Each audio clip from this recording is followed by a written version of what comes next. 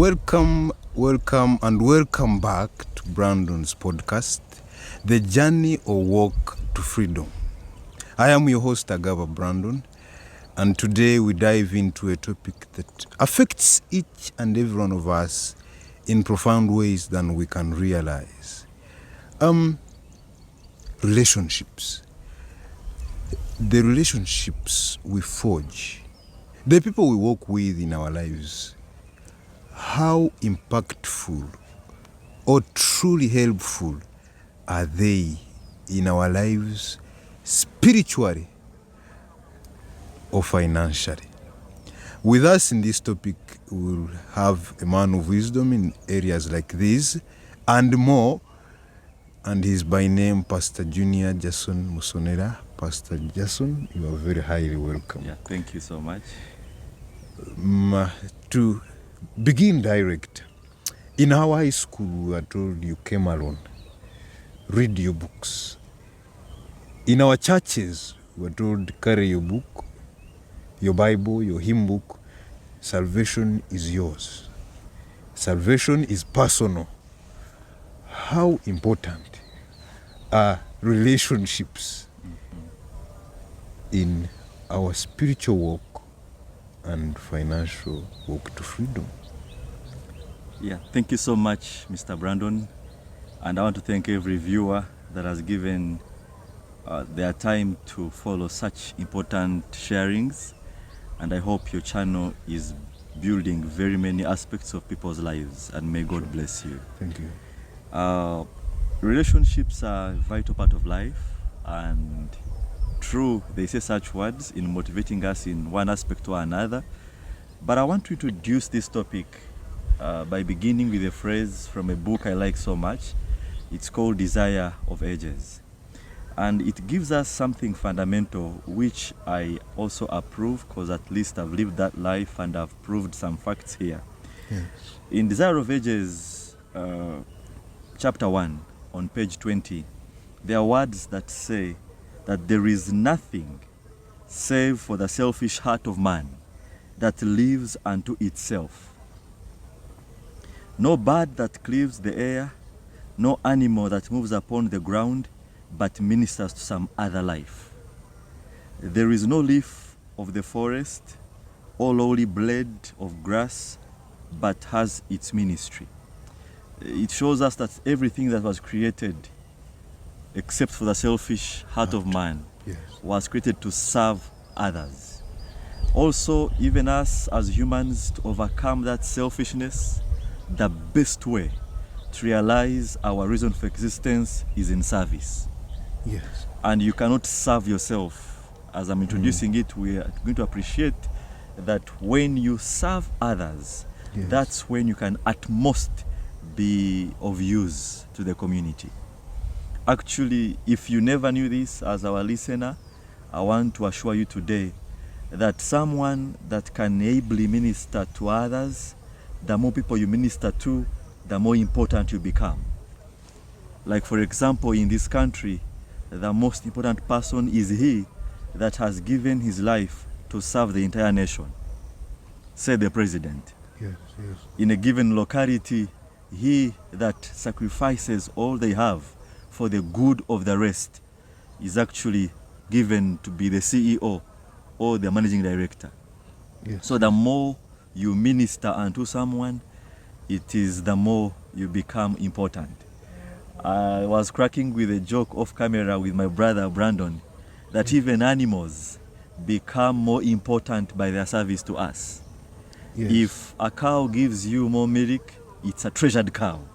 More But than that is always diseased. Now the one that's diseased is not a treasured cow. Yes. Yes. If a dog obeys you to its most, then it's a very good dog. But if it becomes a dog and bites you one day, it will become a bad dog for being a real dog. Yes. But the more it wants to prey into all your desires, the more important of a dog it becomes.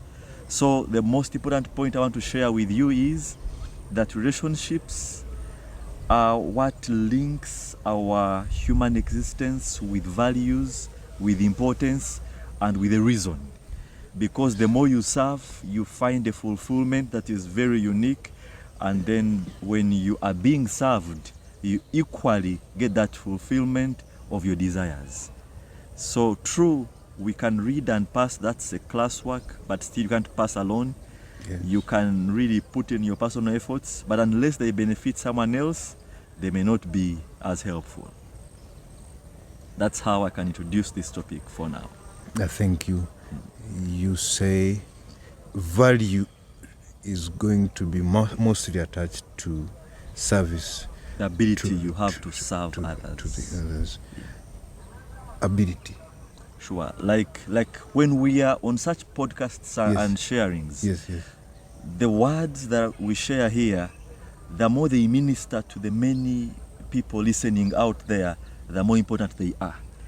Okay, but if they cannot address their challenges, then those words are not very important. So it is that ability that we can speak something that helps them listening that makes this important. So it is still a relationship that we also want because we need them to listen to these words. They need the words we are saying. So if we spoke to no one, they wouldn't make sense. But if they listen to nothing, it wouldn't make sense. So it is that relationship that we are here to discuss today. Oh, I hear you. I guess that's why he says if there is no one to interpret, don't use any language. Any other language. Yeah. That's so powerful. And it makes more sense in the Christian world. I want to assure everyone listening to us that you can easily go to hell alone, but you can never go to heaven alone. Because the biggest principle in heaven is love. Yes. And there is no love that loves itself. You have to love someone as you love yourself. So if you want to go to heaven, the desires of heaven is, have you served your neighbor? Did you visit that one in prison? Did you preach the gospel? Did you help the needy? Did you clothe the naked? Did you pray for the wanting? That is the aspects that will take people to heaven. But if you're too selfish and you live your own life, you're walking to hell alone. So you can go to hell alone, but you can never go to heaven alone. That's why we tell you and assure you that there will be no starless crown in heaven. Every crown will have Every crown will have at least a star, because it's a reward for having served someone. Thank you so much. How do unhealthy relationships hinder our progress? And then conversely, how do the healthy ones help us progress thank you so much. In our spiritual journeys? Like how we're introducing this and how we are discussing this, it comes to our attention that healthy relationships are the ones where I'm serving at my best and I'm being served at their best. That's a healthy relationship. But the unhealthy relationships are those that have one of the receiving parties or giving parties having a selfish motive, where someone is in something for their personal gains and reasons. That will even cause them to kill you for what they want. So unhealthy relationships that are very selfish are very toxic, and such people have caused all the chaos there is in the world. They want to get more and more and more. And you see, the selfish heart is like a grave. It's never satisfied. It gets 100, it needs 200. It gets 200, it needs 300. So it is always yearning and craving for more and more, that ends up killing the other party or the other side of the two relating. So it is very dangerous. But on the other side, when there is no selfishness, but the motive is to see the other at their best, you will build something that is beautiful and benefiting even beyond what you can imagine. In all aspects, whether financial, education, spirituality, in all ways of life, especially in marriage. I always tell the married, let me also drop in this. It is very fine. That if you marry to fulfill your desires, then you have made a wrong choice. In marriage, we go in to fulfill the desires of my spouse. And if she also comes in to fulfill my desires, that's a healthy marriage. But if I go in and expect her to fulfill my desires, that will be a very broken marriage, and give it a short time, it will crumble down. But if I work towards seeing her desires fulfilled, and she does the same without even me asking, we shall find both our lives having that fulfillment. But in most divorces, you will hear, she didn't do this for me. She's not given me time. She's not done this for me. How can me? It is about I not getting something from them, and it's caused many breakups. But if you came to serve her, you understand her weakness, and you want to counteract it and make her the best. You understand her, maybe what she can't do, and you do it for them, and she does the same, that marriage will be perfect. That's how relationships really should be. Thank you. What I hear being laid down is that important relationships or healthy relationships are not dependent on what I demand, but what I give. That's the point. And you have really highlighted the most important relationship, the marriage relationship. So that's very good. We want to pivot now to the financial side of it. It is said that your network is your net worth. Okay, which is true. How does this play out in our pathway to financial freedom? Yeah, your network is your network. This topic has been written on by very many scholars. There are many articles. There are even books about it. Yes. But I want to approach it in a way that has not been discussed most, because I've not met it anywhere, save for my ignorance. But this is how I want to approach it. Your network is your network. Yes. Many people really want to have that important network of people around them that could add value in their lives. To them, yes. But I really want to tell you, my fellow listening to us in this podcast, that it is what you are, not those around you, that will give you the network of the people you need. What you It is are. what you build, what you become, what you are, that will attract the important network of the people you need. You will not walk in a company and tell them, I have come to build network. And so befriend me. I have come to befriend you because I've seen you are an important friend. Except you are giving free service. That is In maybe, that style. that's where I want to come now. But let me say, I have given my life in those unnoticed aspects when I'm growing up. Yes, yes. And I'm not a selfish person, but I've given myself to serve others. Yes. It is those that have served unreservedly that will refer me to important people In their lives. in their lives. Now, those important people will now welcome me as a referee from their people they trust.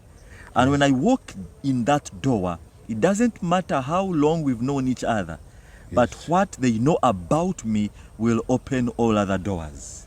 Yes. But I will not come from home and go out to build a healthy network. That is what we should appreciate. You will not make it a plan and say, from January to March, I'll be building networks. Then from March to April, I'll be using them. That will never be realized. It's a process, not an event of building the network, which is your network. But in building it, I want to appreciate that you have to selfishly work out. Let me give you a quick example about me speaking. When I was working with the church in my initial years, I was that available young man that says, I'm willing to do this. Full time. Full time. So we had a lot of materials which could come in English, and our users, most of them, were not conversant with the English. Yes. So we didn't have a person as ready to translate most of these materials in the time needed. To the language. But I volunteered. Yes. And I was like, let me be doing this in the night, then in the dark and do my work. And it gave me sleepless nights, but we had most materials get into our language. Now, later on, which I had never even thought about, there comes a project, and it's on a national level, Yes. and they are asking my boss to refer to them a translator. Yes. And he had no other name except this young man who has been volunteering. Yes. And in that way, I learned into another bigger opportunity, which now has a worth. Yes. But it didn't come from me knowing my boss. It came from my boss knowing a value about me. Yes. So even if I knew him, but I didn't have a value, that network is useless. But because he knew a given value about me, him knowing me and me knowing him was now a useful network. Yes, we can have a network, but which values do you bring in that network? Those are the net worth I wanted to submit. So the net worth in that network are the values that you have. Thank you so much. It speaks to what Kiyosaki Robert says in his book, The Cash Flow Quadrant. Many people rush to act like others in order to be like them. Sure. He advises that the steps are be, then you do, then you can have. Exactly. Likewise, resonates well with what we're discussing. likewise, the other scholar is Oromide Emmanuel. He uses a scripture of where Jesus is asked, what shall I do to be saved? What shall I do to be saved? And he says, go and sell and give the poor. No, the other one where he says, you must be. Oh, yeah. Don't focus on do. Yeah. First become. Sure. It is because you have become that you can do, and then you can possess. What you do is what will bring you the work. Something like that. Exactly. I think that's what you bring to the table. Exactly. Thank you very much.